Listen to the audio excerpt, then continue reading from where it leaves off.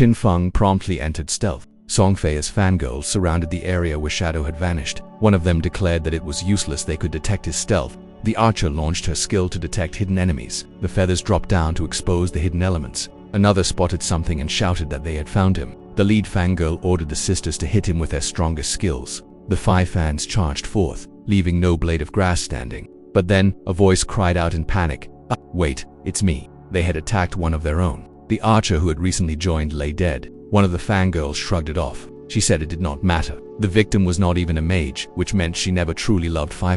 This was divine retribution for her. She ordered the others to use Eagle Eye again to find Shadow. Qin Feng activated the Ghost Fire Bell's active skill, Soul Shock.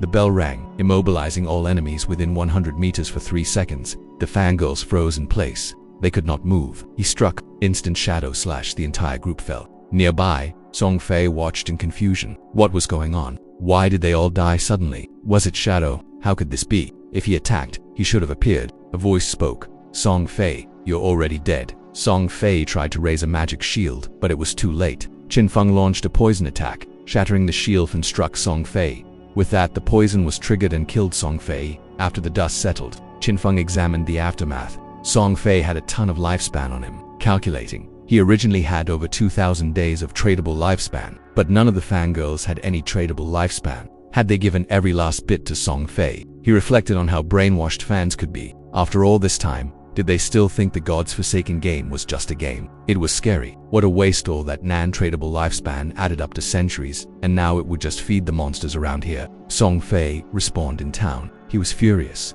He only had 500 days of tradable lifespan left now. That bastard Shadow. He turned on the archer who had been detecting stealth, demanding to know why she had not found Shadow. The archer claimed that she did, but her skill only found their assassin's sister. Another member explained that she saw a stealth level stat in her attributes. Maybe Shadow's stealth level is higher. She assumed that the Eagle Eye skill had an anti-stealth level of 1, meaning it could only detect targets with stealth level 1. If the enemy had stealth level 2 or higher, she could not see them. Song Fei cursed Shadow for coming and going without a trace. How was he supposed to defend against that? He tried to reassure himself. He had not provoked Shadow, and Shadow had already stolen his boss kill. He should not come after him again, right? But then he worried, what if Shadow was targeting him out of jealousy for his gorgeous looks? He decided to change spots to farm levels for everyone's safety. His followers swore to follow wherever Fei went. Sometime later, Qin Feng returned to the area. Song Fei and his group were gone. Had they gone to another town or logged off? He approached a random player and asked if they knew where Song Fei went.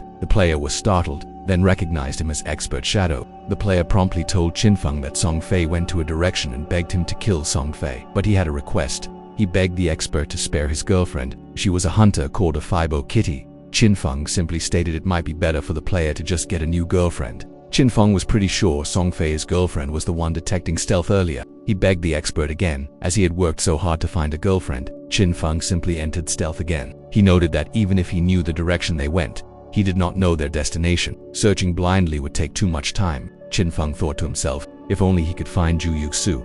He found another player, a woman. He greeted her and asked for a hand. She recognized him as Shadow. He told her he had heard her class could search for targets over a wide area. He wanted her to find Song Fei's location. As payment, he would sell her a gold tier staff cheaply. She was surprised. How did he know she could do area search? She had never told anyone. He told her not to worry about that.